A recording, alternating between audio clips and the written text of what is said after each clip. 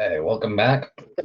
I'm also glad to be back. I'm at almost at 100%, but not quite there. Still weird ear stuff ringing and all that. But anyway, let's get to it. This lesson we're going to do 4.1, and that's on polynomial functions and models. So this section really just kind of introduces polynomials and a couple of properties about them. So let's dive into it.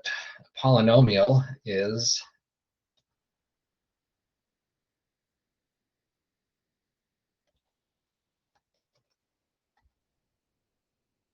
let's say a polynomial function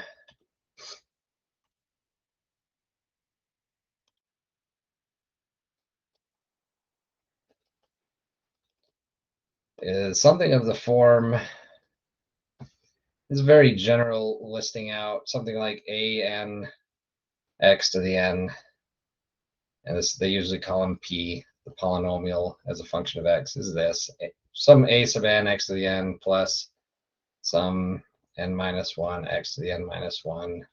And if this looks just crazy and bizarre to you, that's okay.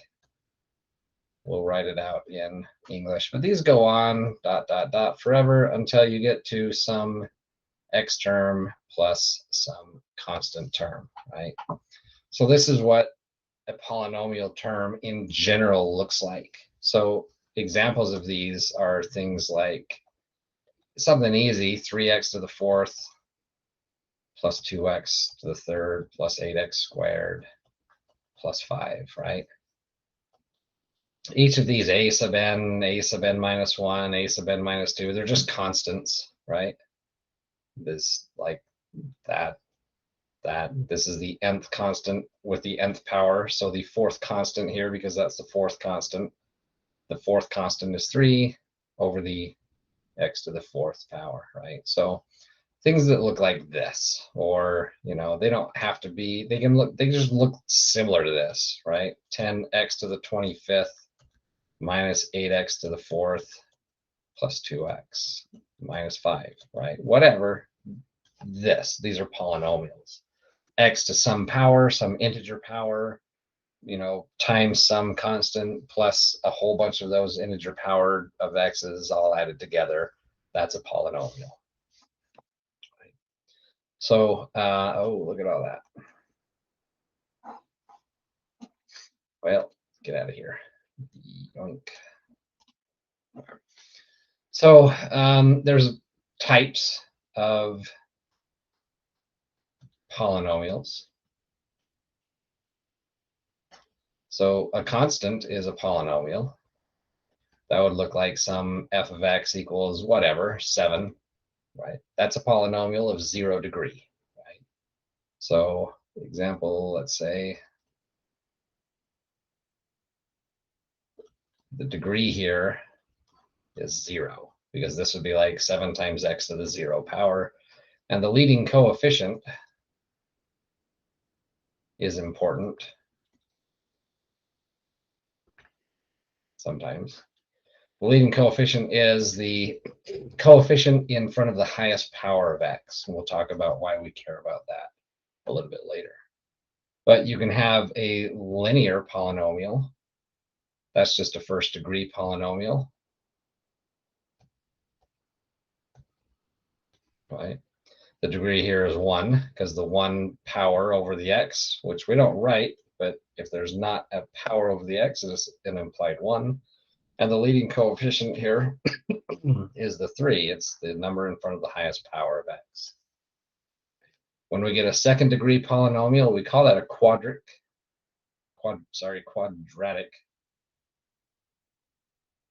So that would be something like, g of x equals negative 2x squared plus 8. Maybe there's an x term, maybe there's not, it doesn't matter. This is just a degree of 2. The leading coefficient here is negative 2. The next one up is a cubic. That's just a third degree polynomial. So whatever, 207x to the third minus 5x plus 1, right? It doesn't really matter as long as there's a third power. and that's the highest power, then that makes it a cubic. The leading coefficient here is just that number in front of that third degree term. And they go up from here, that we have a quartic and a quintic and all that. Quartic is just a fourth degree.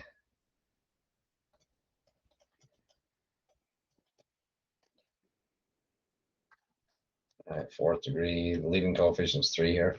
We have a quintic, which is a fifth degree. And then after that, we just quit calling them names, really, because we don't need to name everything all the time. But these are polynomials. These are not polynomials.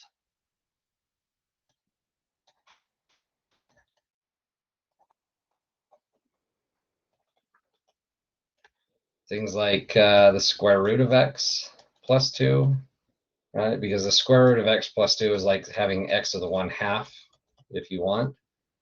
And anything with a non-integer exponent is not going to be a polynomial. But we'll also see things like x's in the denominators. So like if I have 3 over x, even if the rest of it looks good, this is still not a polynomial because of this 3 over x. This is like having x to the -1 as a power. And I can't have a negative power and still be a polynomial. So our polynomials should have natural numbers as exponents. But I'm not going to write that. It's just going to be written here, I guess. So what else do I have? Not a whole lot more. If you have like a rational 3x squared plus 2x minus 1 over 5x minus 3, this is not a polynomial. But we'll talk about this. This is a rational expression.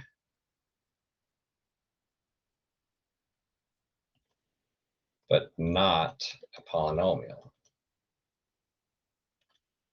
It's the quotient of two polynomials. There's one and there's one, but in itself, the entirety thing is no longer a polynomial. So we saw in previous chapter that there were some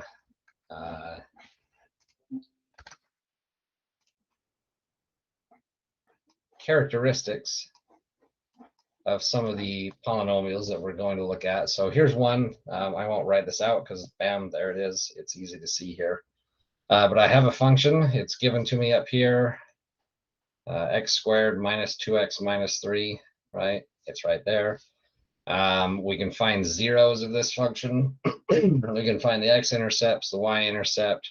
We know how to find the minimum by finding that vertex. And we know it's a minimum because it's an x squared, so I know that it's a, U-looking thing. That's a huge, thick U. But I can figure most of this stuff out by now, right? They get a little bit less easy to figure things out when they get bigger. Like here's the next one in the book.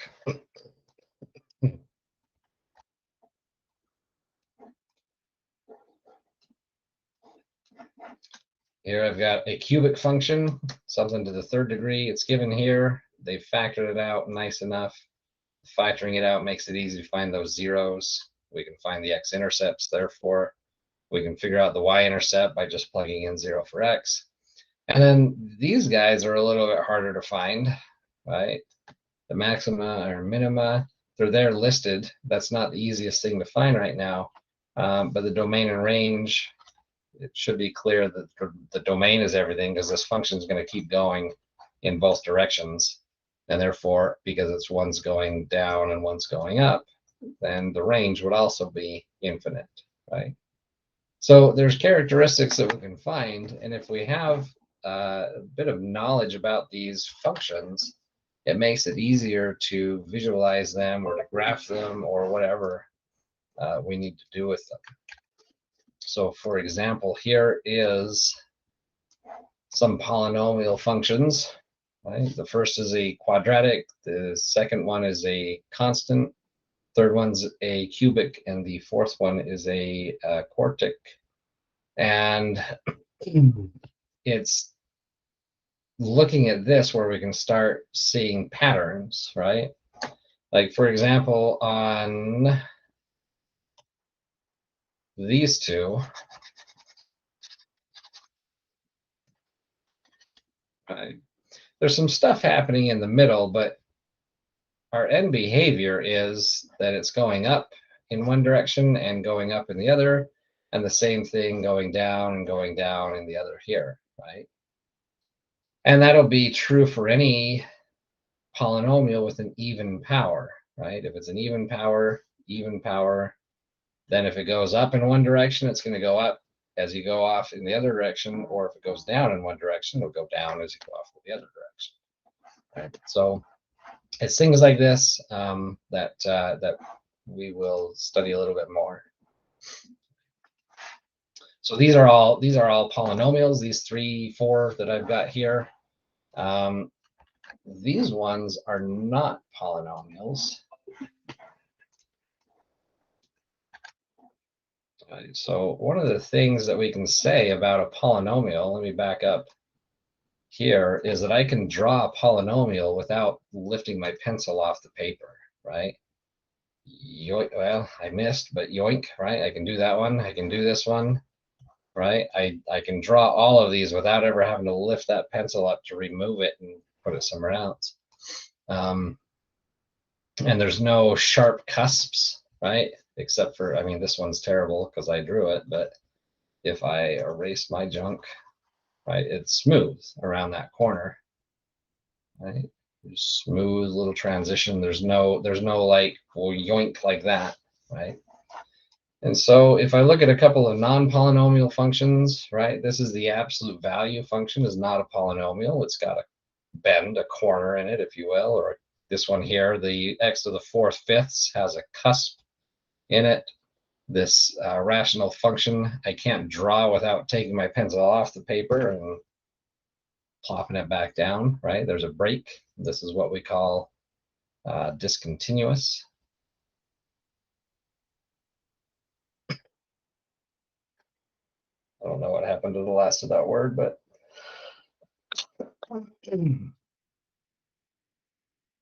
excuse me, discontinuous. Right? Okay. And then this square root function is not a polynomial. That's what this looks like here. It's kind of got like a cusp that just doesn't have the other side, right? So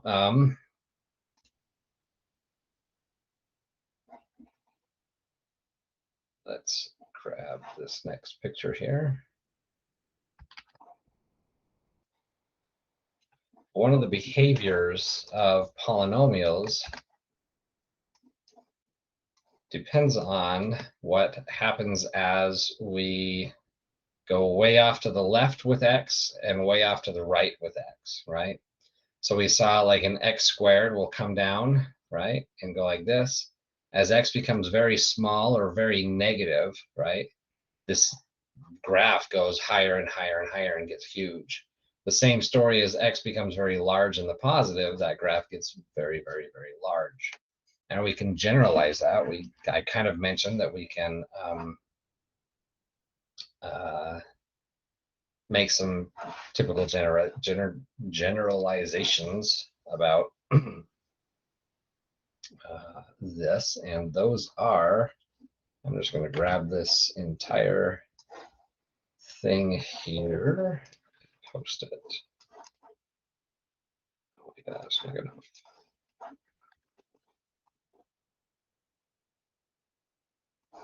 All right, so we can see on these, they've got even degrees, odd degrees, right? My x to the 2nd looks like this. My x to the 4th looks like this. X to the 6th, x to the 10th, right? So these highest degrees kind of determine what the end behavior of these graphs is going to look like. if I look at all of these, they all, with even degrees, either go up together or go down together, right? Up together, down together as my end behavior.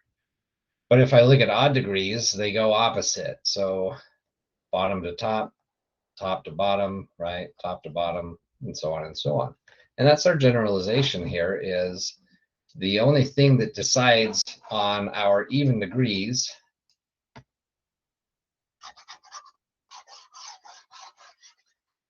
whether they go up together as these do or down together as these do is whether or not it's positive, the coefficient in front of the leading term, right? Those two positives in front of my x squared and my x to the sixth mean that I'm going to have positive up, growth, so it goes up. The ones with a negative here go down, negative 10, negative x to the 10th down, negative x to the 4th down, right?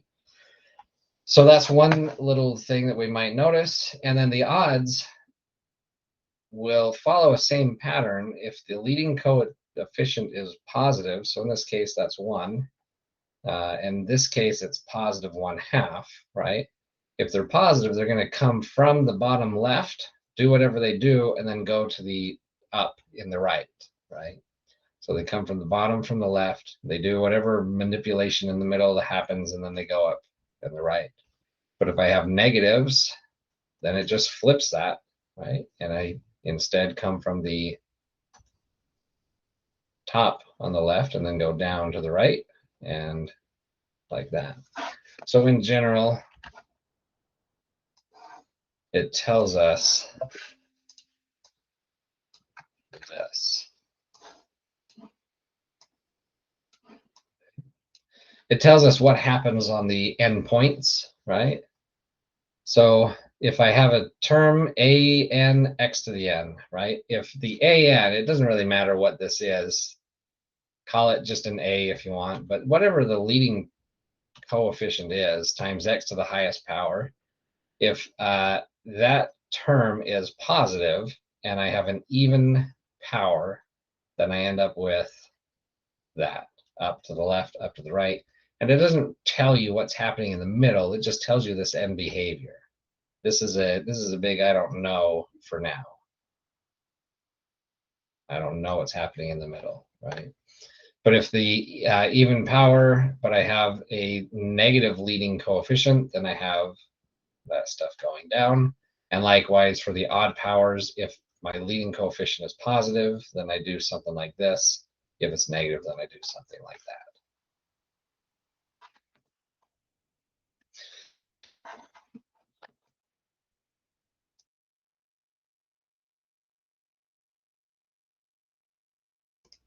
All right.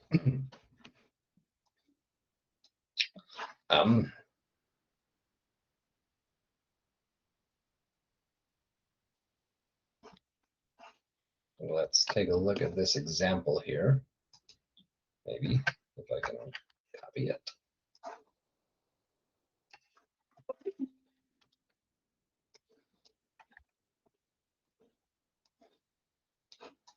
Okay. So using this leading term test, match each of the following functions with one of the graphs A through D that follow, right? So if I were looking at this, let's do this. This first function, f of x, is 3x to the 4th. Well, I know because it's 3x to the 4th that it's not going to be that one and it's not going to be that one because those look like they have odd powers. So it's either this one or this one, right? But I know that the leading coefficient being positive means that everything is going to be smiley face up. And so I know that this guy is D, right? So next, if I look at, this one, it's an x to the 5th, right? So I know that it's not going to be that one because that's even. So it's either one of these two, but it's a positive exponent or a positive leading coefficient. So I know that it should be A.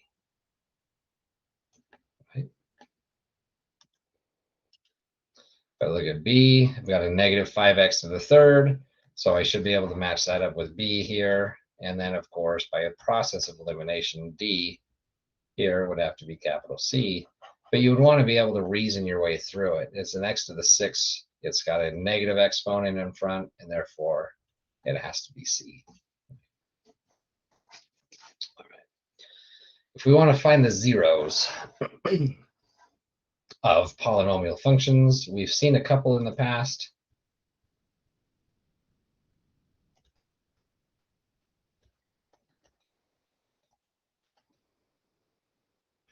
Something like this, x squared plus 5x plus 6.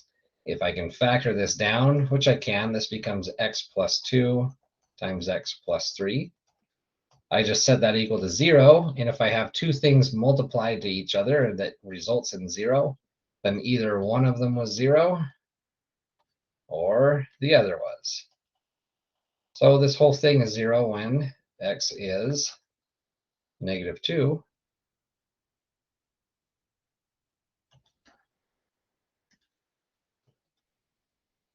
Or when x equals negative 3. Right? Those are my zeros.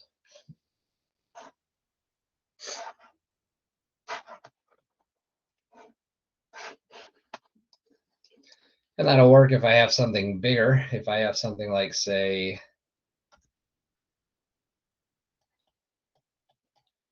if it's as easy as given to me as this, all I have to do is say, well, two things being multiplied equaling 0 is the same thing as having three things equal to 0.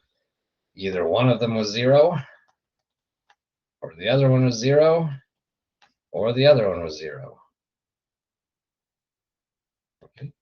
And then I just solve each of these. So add 3, add 3, 4. Should probably not do all 4 of them at the same time. 3 of them at the same time. Should probably take more drugs. I don't know. X equals either 3 or 4 or negative 6. Right? Those are my three solutions.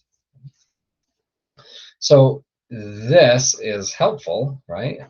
You're of course not always going to be given it in that form. You might be given some function g of x equals x to the third plus 2x squared minus 5x minus 6, right? And if I can, I want to factor this. So this is one of the things that we'll talk about is how to get from here to, oh, this happens to be x plus 3 times x plus 1 times x minus 2. And therefore, I've got x equals negative 3 or negative 1 or positive 2 if I go through that same process. Right? So as you can see, though, if I have an x to the third polynomial, a third degree polynomial,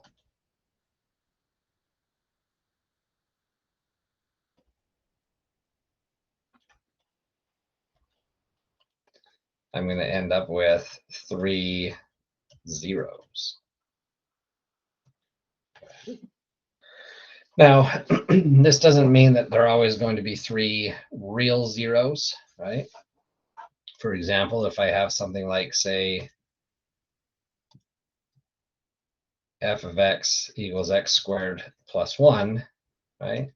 I know what this graph looks like. It looks like that. There are no zeros on this graph, right? But there are 2 zeros. Just neither of them are real.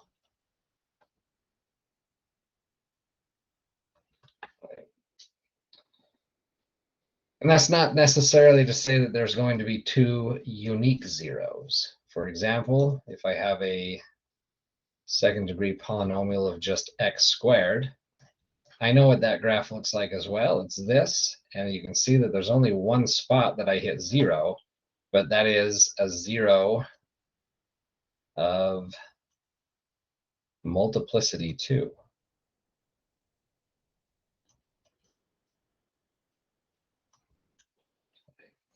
meaning that there are two factors of x in this thing, and that, of course, is where we see that x squared.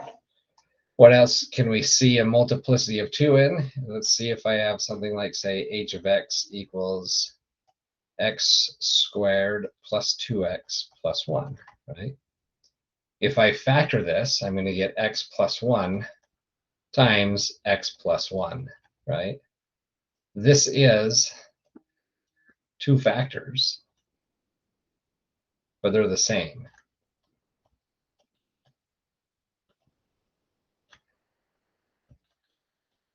So if I have two of the same factor, that means I'm going to have one zero, one unique zero, we will say,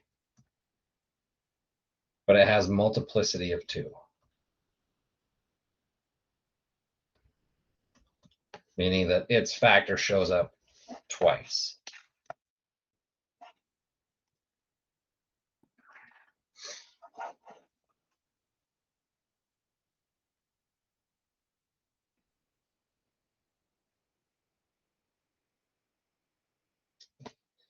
And this multiplicity tells us behavior about the graph as well. So let's take a look here at this multiplicity of 2. And when I hit that graph, it goes down, touches it, and then goes back up. But if I look at, say, g, let's give it another function, doesn't matter which function, let's call it j of x equals x to the third, right? What's going to happen on this graph is it's an x to the third, so it's an odd power, which means I'm going to have, with a positive coefficient, means I'm going to have to come up from the bottom left and leave to the top right. But what happens in the middle here is I'm going to come through, go through there, and then go up, right? But this has a 0 at 0 or of 0 with a multiplicity of 3.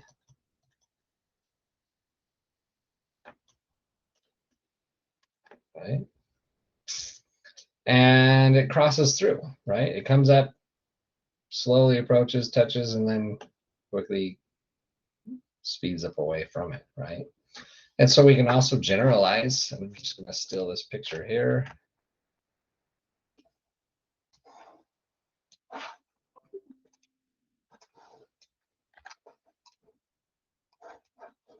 And maybe straighten it out. This thing's in my way. Move. Get out of my way. There. So the even multiplicity, right? And it's written not in a great way here, but if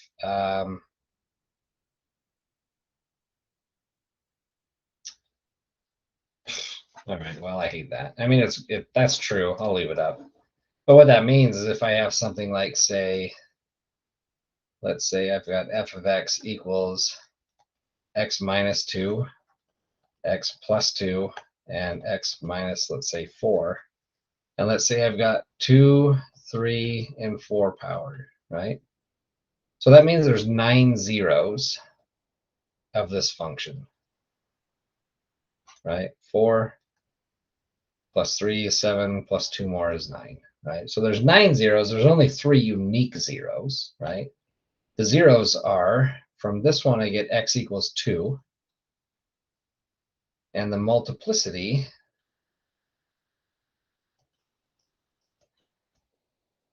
is 2.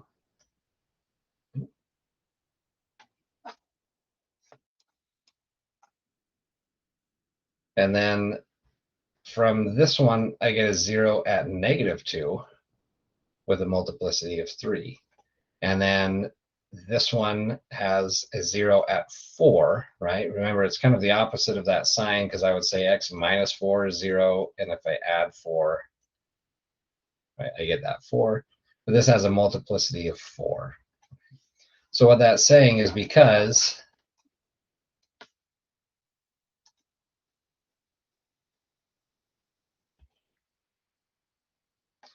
I have an even multiplicity,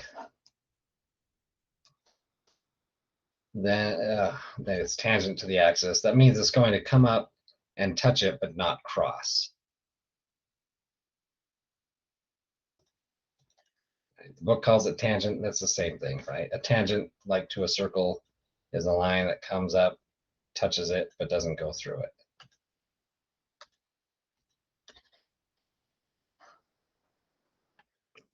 Excuse me. The odd multiplicity is going to cross. And then the even multiplicity again is going to touch and then go back away from it, right? So knowing this, and then also knowing that this function, I won't write the whole thing out, but if I expand this, I've got an x to the fourth times an x to the third times an x to the squared. I'm going to get a 1x to the ninth. Plus some other junk. I don't know what it is. It doesn't matter. But it's an x to the ninth. So overall, my end behavior here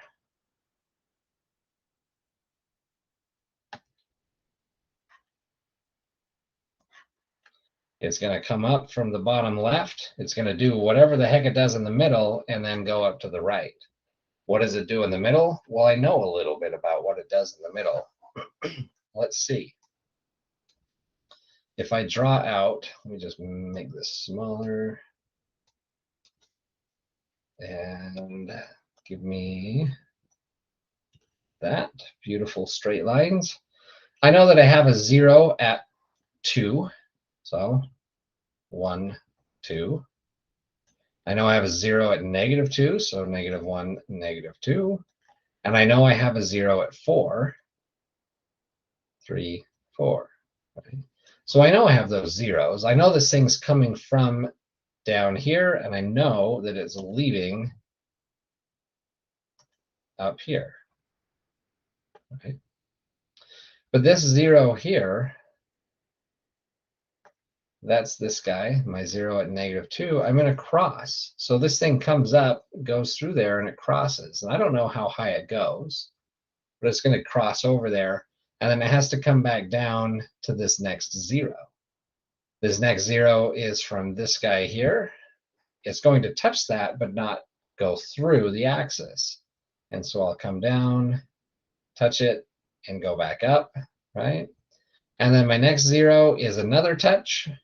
And so I come down, touch, and go back up, right?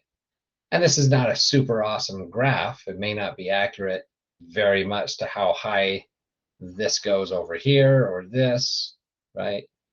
But it's a pretty good idea of what the graph is going to look like, right? Might look like the Loch Ness Monster. Rawr. All right, that's dumb and terrible, right? So that's how we kind of get the first glimpse of what these things are going to start looking like and graphing them bit by bit. So let's take a look at this. Let's say we have f of x equals x to the third minus 2x squared minus 9x and then plus 18, right? So what do I want to do? Well, on this guy, I can actually factor this guy by grouping. Group the first two, group the second two. From the first two, I can pull out x squared. So I'm going to write this as x squared times x minus 2. The second one, I'm going to pull out a -9. That leaves me with x minus 2. And so by grouping, I've got x squared minus 9 times x minus 2. But x squared minus 9 is x plus 3, x minus 3.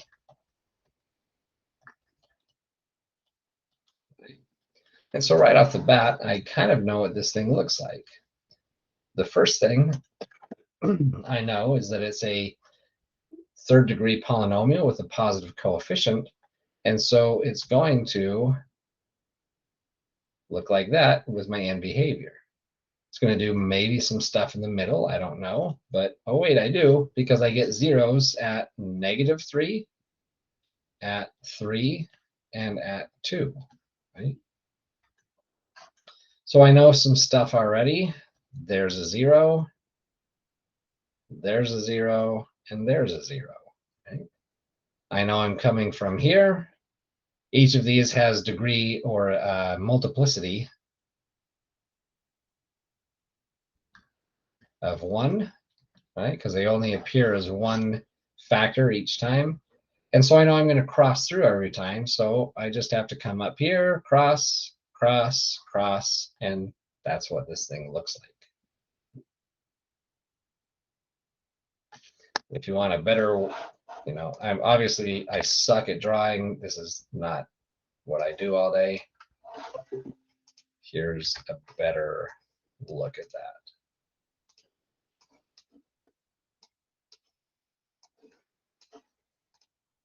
That's what it should look like. But the point is, I know more or less what this thing looks like.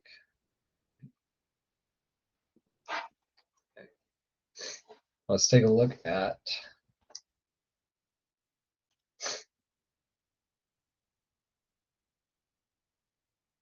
this guy. I've got x to the 4th plus 4x squared minus 45. And this thing breaks down to x squared minus 5 and x squared plus 9. Right? So I can't factor this anymore, but if I set this equal to 0 and I set that equal to 0, right? X squared minus 5 equals 0. I can solve this. Add 5, add 5. This gives me x squared equals 5. And if I take the square root, that tells me that x equals the positive or negative root of 5. Those are values, right? That's 2 point whatever, 2, something like that, 2.4. I don't remember. But the other guy, x squared plus 9 equals 0, gives me x squared equals negative 9. And if I try to square root this, I get x equals positive or negative root negative 9, which is the positive or negative 3i, right? So I have two imaginary zeros. Imaginary zeros. But I can't graph that. That's not something I can say, oh, those zeros happen here on a real coordinate plane. But the rest of this I can graph, right? I know it was a 4th degree polynomial with positive leading coefficient, right? So I know that whatever happens in the middle, my end behavior is up to the left, up to the right. I have these two zeros, one at negative root 5 and one at positive root 5, right? And they're single degree, right? Single multiplicity. Oh, wow. So I'm going to, well, I tried and I didn't do well. Let me see if I can steal a graph of that because that's ugly. Here it is right here.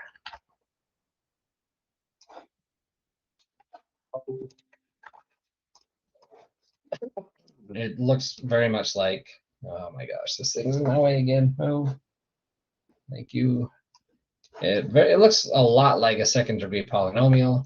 Typically, and this is because of the scaling, right? In the x direction, one little tick is worth 2, but in the y direction, a tick is worth 10. So if you were to see this zoomed in, you would see a much wider, flatter base than you would see in a 2nd degree polynomial. But that's essentially what this thing looks like.